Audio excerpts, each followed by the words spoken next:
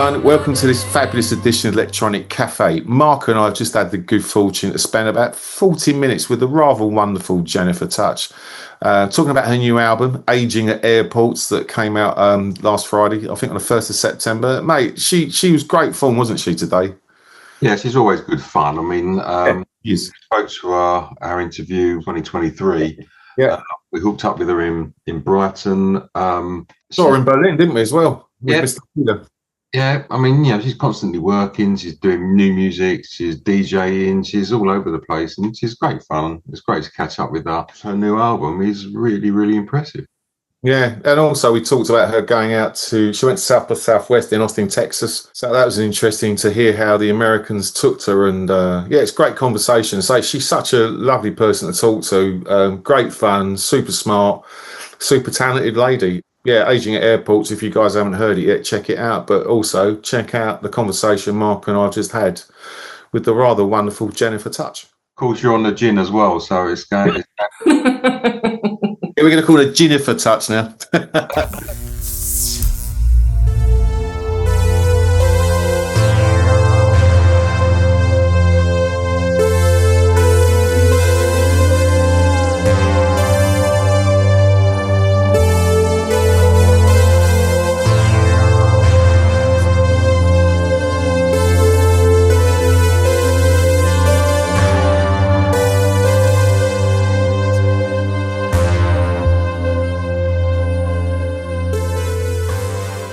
Welcome to this fantastic episode of the Electronic Cafe. We are delighted to welcome back a great friend of the Electronic Cafe, the supremely talented Jennifer Touch. Jen, welcome back to the EC. Lovely to have you here. Thank you. Congrats on the release of the new album, Aging at Airports. It's getting really positive reviews as well. I've seen quite a few different channels like us going crazy. You must be really pleased. Really? I don't see them. You can send it to me. I will send them to you. Are you going to find them? Show the album. Yeah, because you don't have it in your hands. Not yet. So I also received them because I was on holiday and I just received them on Monday. Amazing. Can you see that? Yeah. Actually, the graphic design is really like also a very good argument to buy it, because the designer, the graphic designer, she's not on Instagram. She's a friend of the label. I just want to say that because it's important to have the right visual contribution to your music. Yeah. And she did a great job. I just gave her like 2 pictures a friend of mine was shooting, and then she made this great. I love it. It's great. Favorite. I love it. I think it's brilliant. But no, I've seen some really good reviews. I mean, obviously, me and Mark have been plugging it on our socials because we're fortunate to heard it. Thank you for sending it to us. It's brilliant. Thank you. I saw some other stuff with different channels going. It's brilliant. One particular review went quite deep. Actually, I was like, wow. It obviously incredibly resonated with them. But I mean, you must be pleased with the album, right? Yeah. So the thing is, I did the album in like this very. It's less. I would say less. I don't want to say complicated, but less complex than the other albums. I feel like a bit more accessible, right? More accessible. That's the right word. I'm German. People need to know that. I try my best. And I wanted that because I wanted something that people can immediately have access to. Because the other, like the first record went really well. The second, also for the music critics and stuff, but for the audience, it was a bit. I mean, I don't know why it's always like this. You have those open doors, and then are more like, what is this? It was not really like crazy music I've done with the last album, but I wanted something that is dragging you in like this. And I also used the sounds in that way. I used almost like not similar sounds, but like I wanted it in the same, like I was singing, like my thing was this time like the singing. I wanted like the music is still important, of course, but the singing was like, okay, now I just sing my stuff. And I'm really happy people like it. I mean, some people may think it's a bit too like predictable, the sounds and stuff, but this was also my intention, actually. It was my intention. I didn't want to do like crazy. I mean, I always put a lot of effort in everything. It's not like I've done it like this. I've done it like this. But like the accessibility is a bit like, the concept of it. And it was not like, I want to have it like this way, it must sound like this. It just happened with this intention.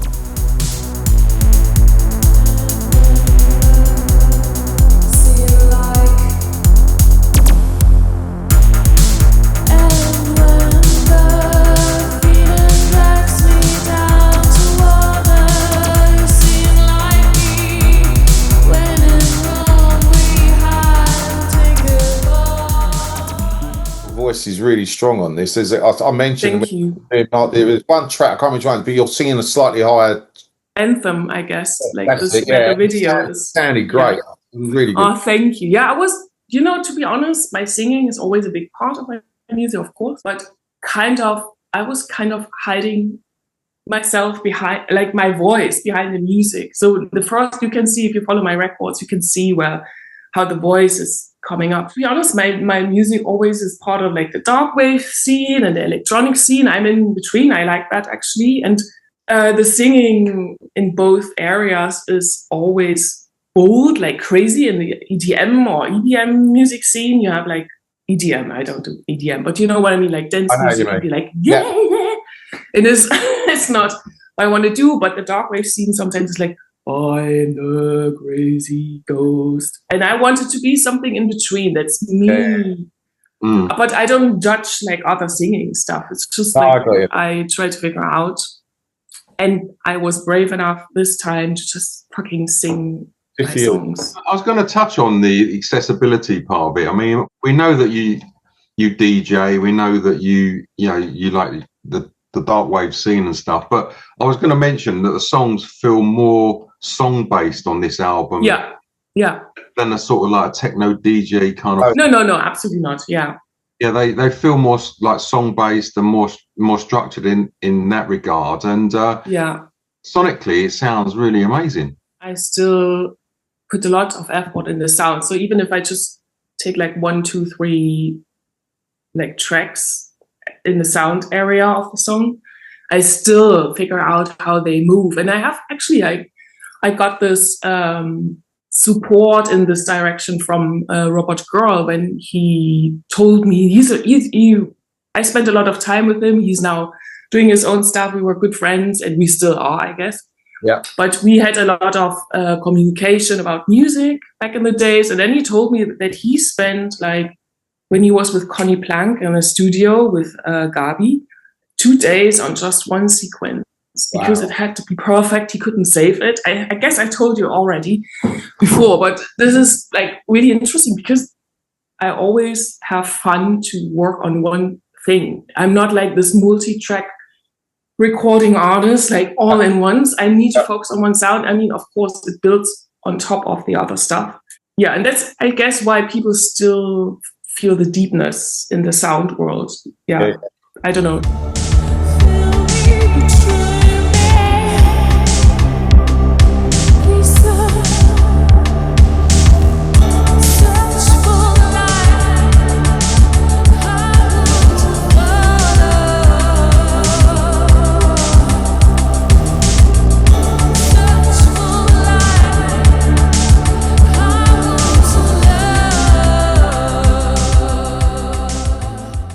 And we noticed as well, I noticed, am I right in saying that you're now on a different label than... No, but this is good that you ask it, because I'm with 2 labels now. Actually, I'm really lucky because, I'm still with Fat Cat. So I'm signed to Fat Cat for my albums, and this was not supposed to be an album with Fabrica. Fabrica was contacting me. I guess they saw me play at Krautzone Festival or something. And it just texted me, do you have any demos, blah, blah, blah. And I was like, what? I love this label because they have a nice roaster. I mean, She Passed Away, which is interesting because they are also very like in one range of sounds, but I really like it. It comes to me in a way. And they are like friends with them, and they release them. And so I knew the label, and I was like, okay, I have some demos, and it took ages to finish them because I don't know, it took ages to finish them, and just want to do an EP. And I always talk with Fat Cat, do you agree if I do an EP with that? Because it's good for a label to have artists that are also collaborating with others. And Alex is super supportive all the time. Like he's the best. So, and yeah, but actually, if they took like 7 songs, in the end they wanted 7 songs. It's in a mini album. Just put out a mini album, and I was okay if I can. And now it's a mini album, or I'm an album, and I'm still like the next thing will be like my album with Fat Cat. But I think Alex always encouraged me to not forget like the roots in the electronic club scene or whatever. He sees me also there. So it's a good combination of both. And I really want to do more with Fabrica. And I have to like say they are also so supportive, so nice. I'm very lucky because I know people have weird experiences with labels. So I'm really grateful because they support me. They gave me some records I can sell. So it's very lovely, you know, and I feel really nice. home. Really nice. So it's just like you will find me hopefully on both labels in the future. And also I do some stuff with smaller labels, samplers, on samplers. So. Our dreams are unforgiven. This is our fate. Walls, paintings of cold. Well, walls, paintings of cold. Well, energy. And Jen, the title, Aging at Airports. Yeah. Is that based on real life experience? Cool. I don't know. It was just like something, you know, when you have something in your, like something pops up in your head. And it was at the airport, of course, and I was waiting. I mean, the last 2 years were a bit like less touring, but the years before I was touring, but more like a tour with in a car or whatever. But I spent like really, really a lot of time on airports like the years before. Yeah.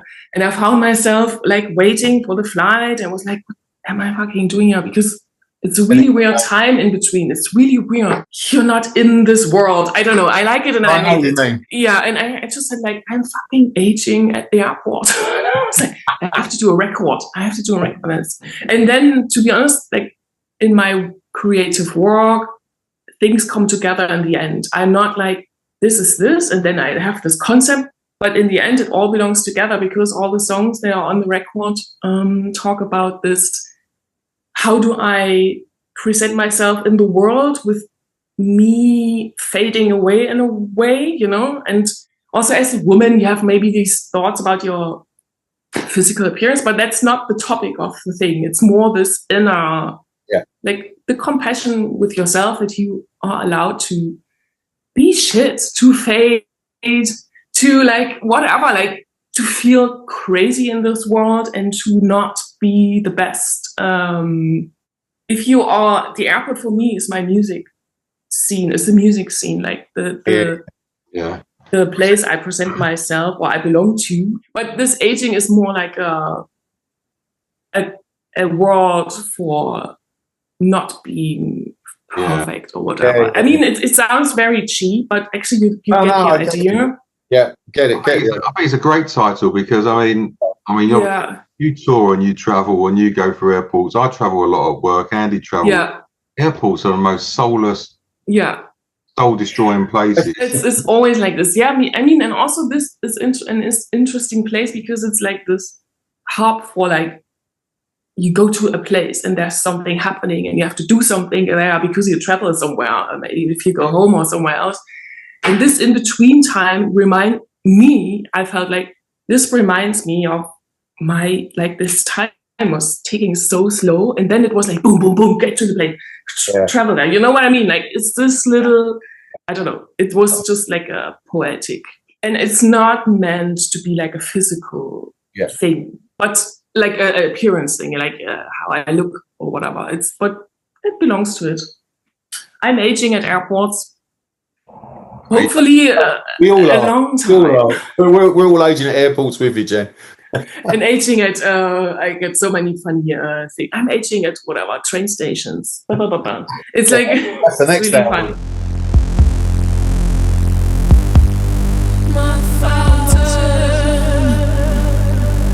there's no waiting, no way out. No one waiting, no way out.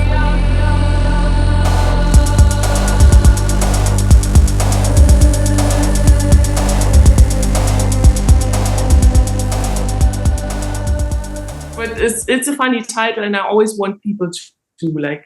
Yeah, the record titles are always super important for me. Oh, like how do you feel about records? Like, if you love music, is the record title important to you or not, or is it like something? Yeah, well, it's one of the things that attracts you as well, isn't it? Like, yeah, you go past an album and see sometimes. I mean, I remember back in the day, Mark and I go to record shops, and you look at the cover and the title, and never heard it, but you go, well, "This looks great. I'm going to buy it."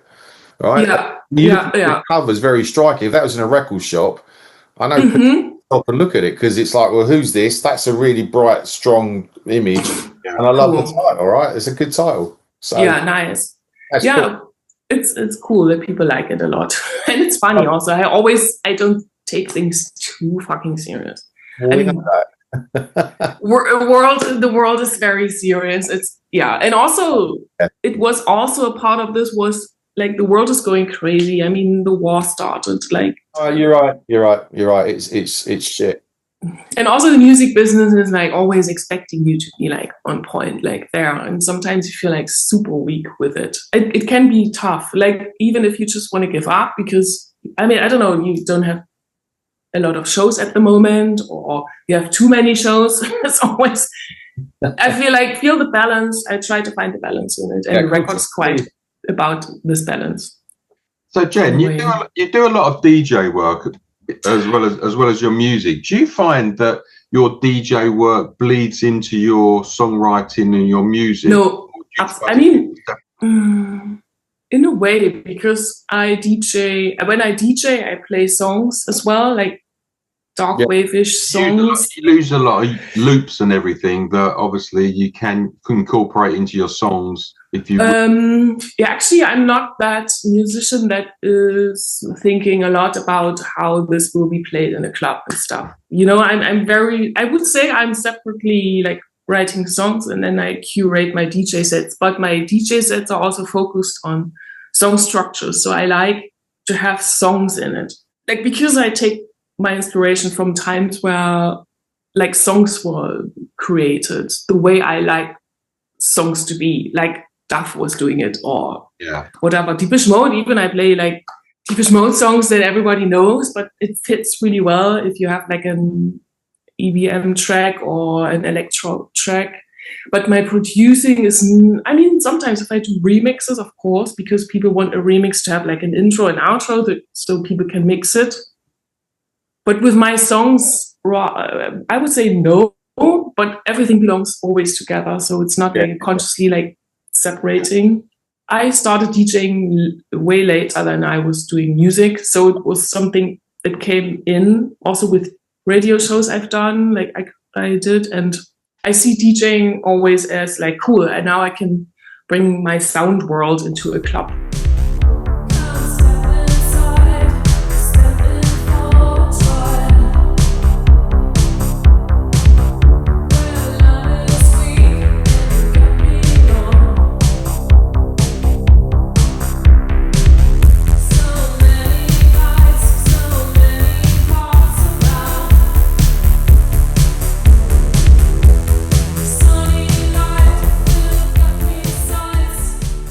Mark and I saw you were at South by Southwest in Austin. Yeah. How was that, and how did the Americans take to you? It was funny to know. It's really cute, because I have to say I have a lot of requests coming from like people who listen to my music. Can you come to Florida or whatever? And I tried to get to the US like last year already, but the visa was so sorry. And the visa was so expensive in the end, because I had to hurry up with it anyways. So it was more expensive, blah, blah.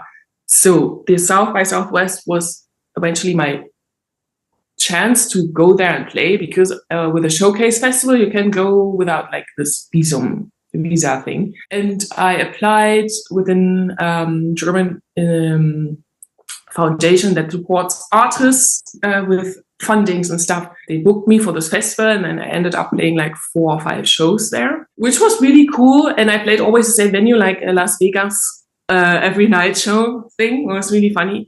And my partner was coming with me. He supported me. That was really good, because you never know. Yeah, as you say, it's a lot of like bands here or there. Like every venue is packed. And to say it was a really good experience. The stuff was really nice, and people were like, "Oh, okay, cool. Ah, okay, you know what I mean?" It's a different approach to music there, and of course there are people also from other countries, not just like American audience. But I felt really nice there. It was really cool, and it was not very political. You were well received.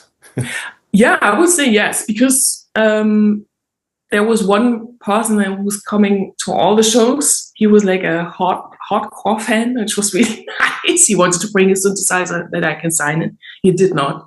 But and there were also other bands I connected with, and from other labels that are really cool. They came from LA, and I have to say I kind of like the LA-ish Darkwave scene or music scene, because it's a different way to present themselves. They are more like physically expressing the music also on stage, and I take some inspiration from that, because it's always interesting to go somewhere else and play your music. And also we traveled to the desert. When the festival was done, we traveled to Marfa because my boyfriend wanted to see an exhibition like the Shinetti Foundation, and the desert was absolutely like, I loved it so much. Did you shoot that video there? No, the video was shot in Germany, funny ways, but it's really nice because it's really cool, because we just shot it in like a field of whatever, a urban field. It worked, because I thought I thought she must have while she was in Austin. So this whole trip was very inspiring, and it inspired me to the video for Dripping.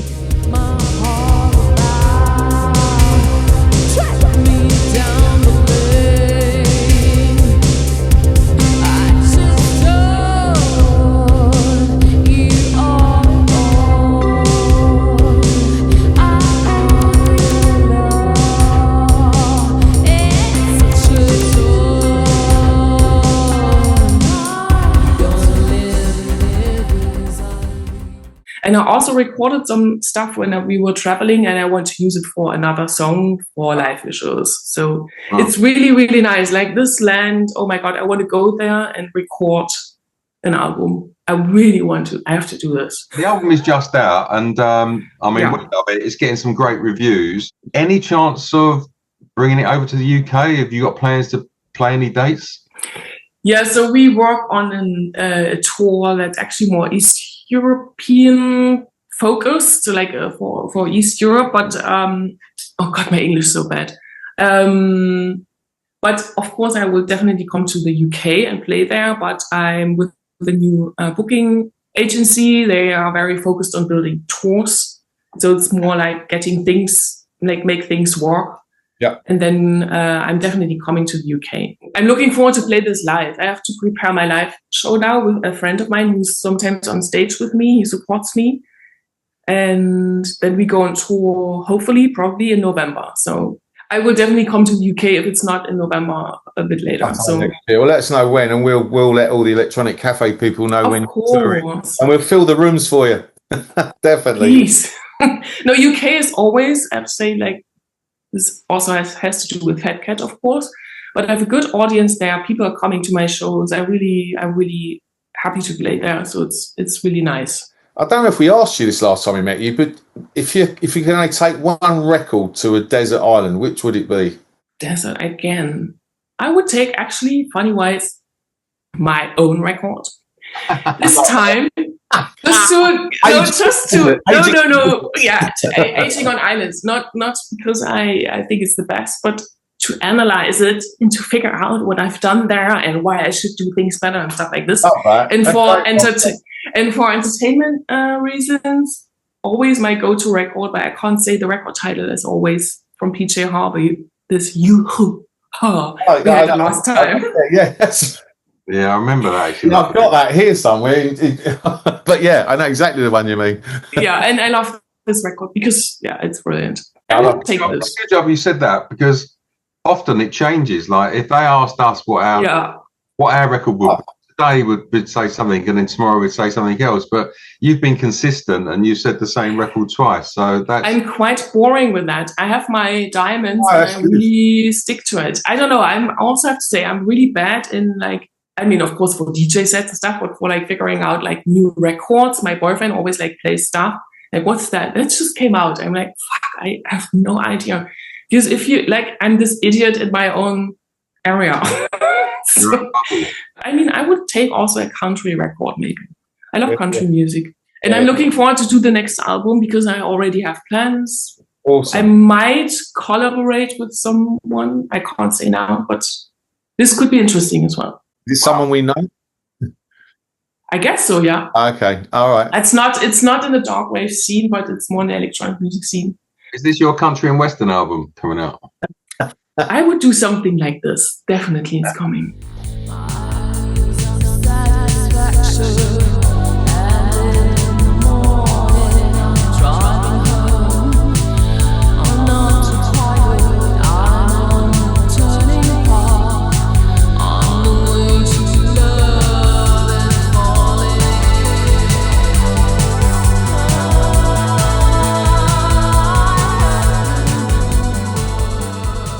So Jen, next question, apart from your own album, what album have you been listening to most the last 12 months?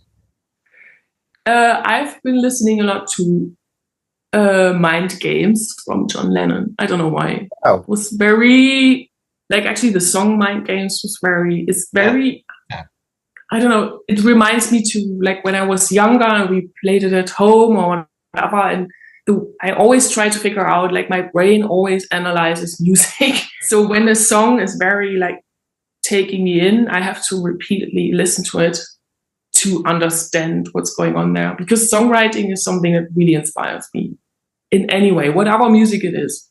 Always Depeche Mode is with me, like the Violator album. I don't know, I'm very boring, actually, with that. I'm not very, like...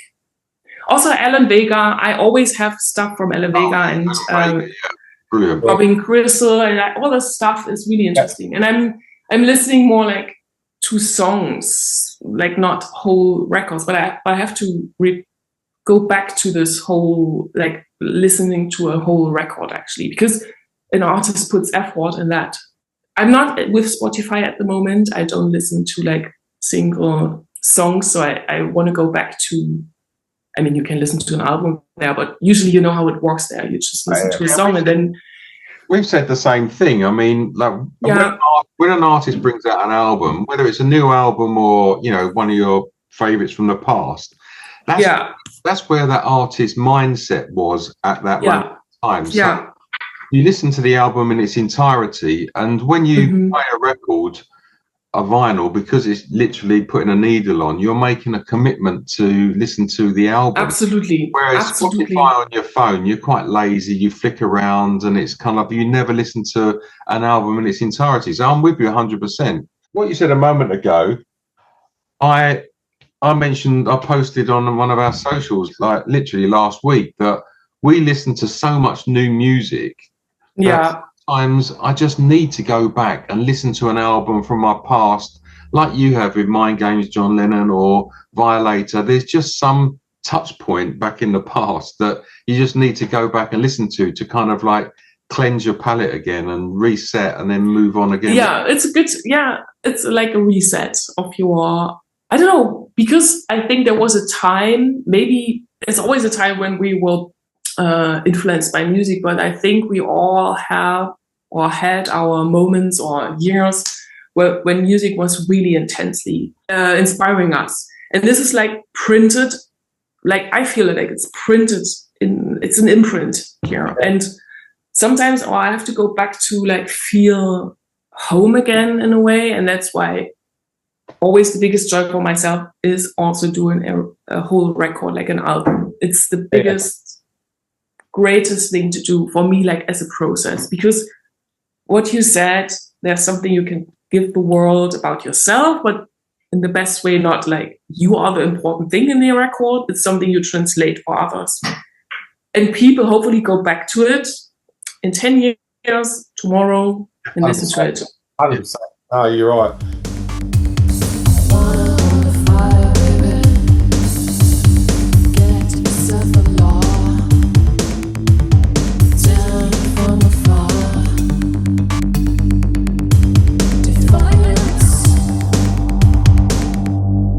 Fire.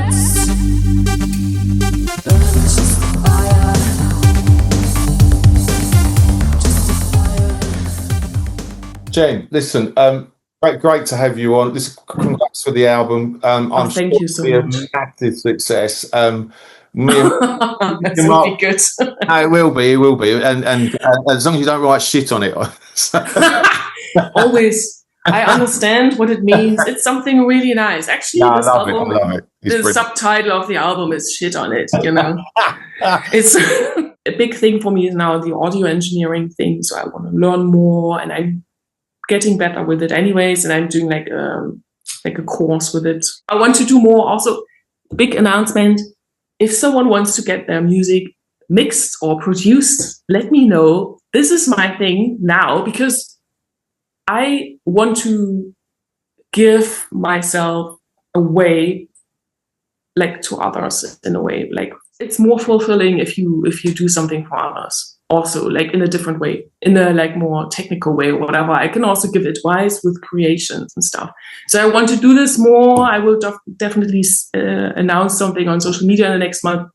But if you have music you want to get produced, I would love to dive into other people's. Yeah, we've got. I mean, obviously, we've got a lot of friends who are in bands like yourself, and a lot of artists that are subscribed to our channel. So you might regret saying that because I think your inbox might blow up. The most important thing is to give something, like to teach something, someone something you learned by yourself in your studio in your little bubble, and to just connect with others and to have more like exchange and stuff like this. Absolute joy to see you, Jen. Thank you. You're always welcome here, and we'll keep promoting your music. And great to see you. And we'll see you in London, and I'll see you in Berlin. I'll see you soon, Absolutely, absolutely. Nice to chat with you. Thanks for having me. Thanks, and I'm already anxious to see the video online. No, it's fun to do this. Thank you so much for having me. Speak soon. See you soon. Speak soon. Bye. Bye.